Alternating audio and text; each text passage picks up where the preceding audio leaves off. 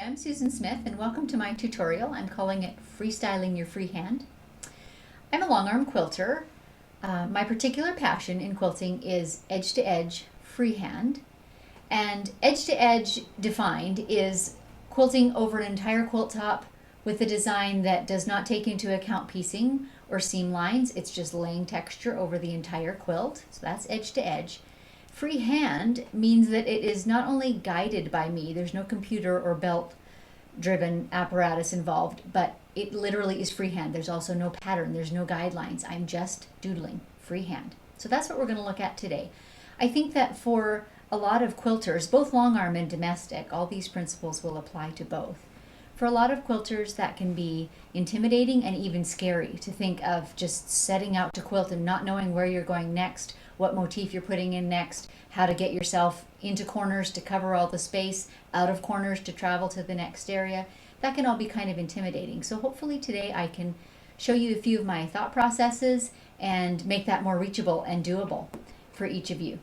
So I'm just going to demonstrate a particular design that I've been looking at. I have not yet quilted it. I'm going to do that for you in front of the camera today and just show you, as I said, my thought processes and how I determine what I'm going to do and some of the reasons for the choices that I make. So I'm working on a client quilt. It's a baby quilt, and she has this lovely soft rose print in it. And the roses, as you can see, they're not botanically correct roses. They're just very whimsical and very soft. So I'm going to take a cue from that and make not too detailed of a design so it won't be too tricky. And of course, for the purposes of quilting, I need it to be continuous line and not too tricky. So some of the things that I look at then when I'm trying to devise what I'm going to quilt. I've got my inspiration. I want it to be floral. I want it to look like these roses. But I also need it to be repeatable because I don't have a pattern. I don't have a pantograph that's going to tell me where to enter my motif and where to exit it and where I'm going next. I'm going to have to learn all that. I'm going to have to get it in my muscle memory. So it's got to be fairly simple so that it's repeatable and memorizable. To me, easy entrances are important too. So if you've done pantograph quilting, you'll know that sometimes they're a bit complex and they'll come into a motif kind of from the outside and build it backwards, so you can't really see where you're going or know what's coming next. It's very hard to draw that way naturally, and for me anyways, that doesn't work when I'm freehanding. So I'm going to pick an easy entrance. In this case, I'm going to enter the center of the flower, and I'll always enter the center. I'm not going to do some from the middle and some from the outside and some the leaf first, because that's not very repeatable for me.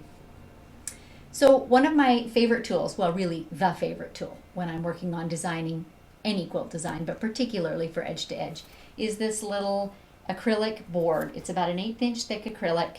I've put duct tape on the sides so that I can't inadvertently run off the edge with my marker, and that's always my top side so that I don't get marker residue on my quilt, right? Never want to set it down this way. So this helps me to easily identify the top by feel. The beauty of this is you can quilt and unquilt much more quickly than you can unpick quilting, right? You can get an idea for scale and whether or not it's working with the quilt that you're working on. All of that, this little practice board is wonderful for. So let's take a look at our roses and see what we can come up with that we think will look good on this quilt. I often start my flowers with a hook, so I'm going to do that this time too. Simple hook in the center. I'm just going to loosely zag around it. Not petals, very whimsical, very informal. Work my way around again. I always think 3 looks better than 2. I'm going to go around one more time, and there we go. Well, what am I going to do now? I'm kind of in an edge here, and when I look at my fabric, an obvious thing comes to mind, a leaf. So I can use a leaf throughout my quilting. I'm going to use leaves to fill up little empty corners and to move to the next area that I want to put this fairly big element into. So out we go into a very casual leaf. And next I'm going to travel and make another flower. And for the sake of interest, I'm going to make one where the hook goes the other way around, so they're not all facing east, so to speak. Some of them face west and south, and just makes it more interesting. So around with my casual zigzagging again. And here I'll go and put in another leaf. I can echo again if I need to move just a small distance, and another leaf. I can even echo my leaf if I want to be starting over here. And so you can see that without a whole lot of forethought or planning in advance, I'm just going to keep filling with flowers. And as I move around my quilt, I'll make sure that I have some that are facing up and some that are facing down as well. Much more pleasing to the eye than having little soldiers lined up in a row all facing in the same direction. That's just something I do as I quilt. And one other thing I'll mention that I always do with edge to edge is rather than work in a row across my quilt and a row back, I've got my whole access point of my machine here, and I work in the corner, and then I kind of zigzag this way, filling the quilt. And that just keeps them from all lining up. They never will get in a grid format if you kind of do this zigzag formation across the quilt. So enough talking, let's quilt a few roses.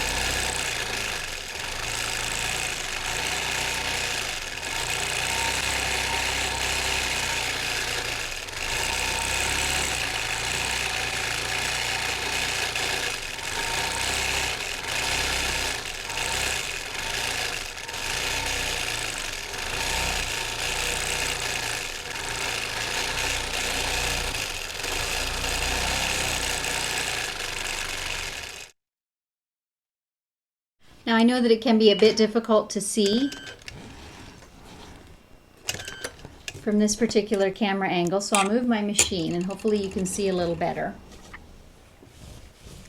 What I'm looking for is evenness of coverage, so there's a similar distance between my lines.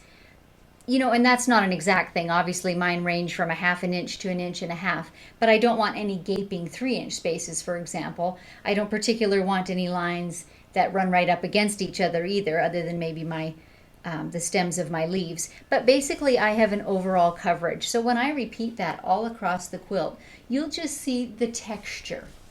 And that's another thing that makes this type of freehand quilting very non-threatening, is no one's going to come and look at your individual roses or leaves on your quilt. When you release it off your frame, give it a shake and fluff it up a bit, and especially after you wash it the first time, all that you'll see is texture. So more important to concentrate on laying that texture down evenly than to be so concerned about getting the perfect rose or the perfect leaf. It's very forgiving, very forgiving. My absolute favorite way to quilt, because I can just kind of get in the zone. I can get some good music in my headphones and just quilt without having to think. So I'm going to quilt just a few more flowers to cover a larger area so that you can see what it looks like as a whole, and that will conclude this tutorial.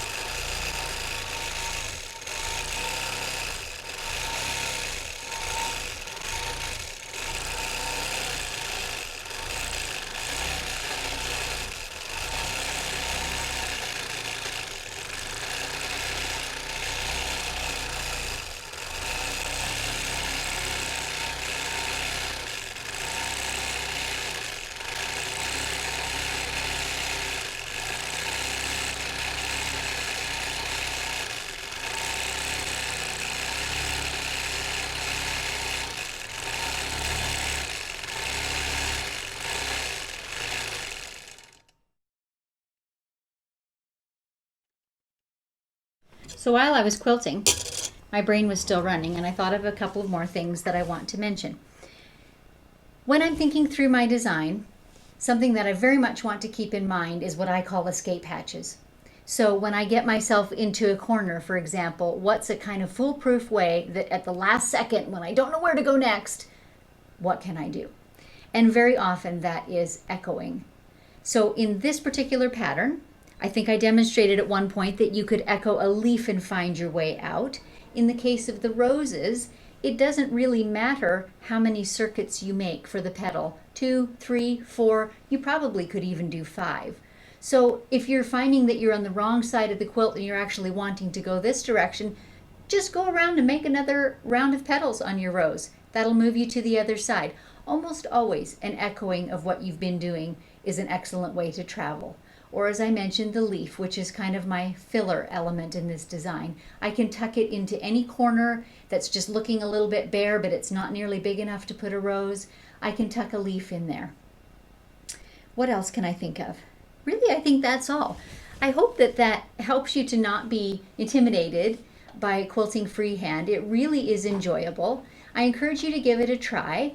I encourage you to use the same design over and over a couple of times for even a couple of quilts.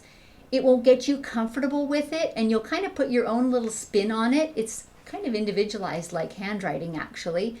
It'll help you just get really comfortable with it and know your escape hatches, know your travel methods. Yours might be a bit different than mine, but experiment with it and see what works.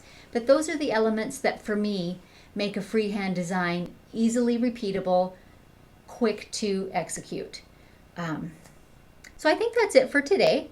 If you are interested in my work, I am on Facebook and Instagram as Stitched by Susan, website stitchedbysusan.com. I would love to have some feedback. Love to know if you have suggestions for further tutorials. I am all about sharing the brass tacks of what I'm doing. It can be as simple as the actual loading of a quilt. It can be basting or squaring a quilt on my machine, anything like that. I'm happy to hear your comments, and I'll try to bring future tutorials that would address them. Meantime, happy quilting!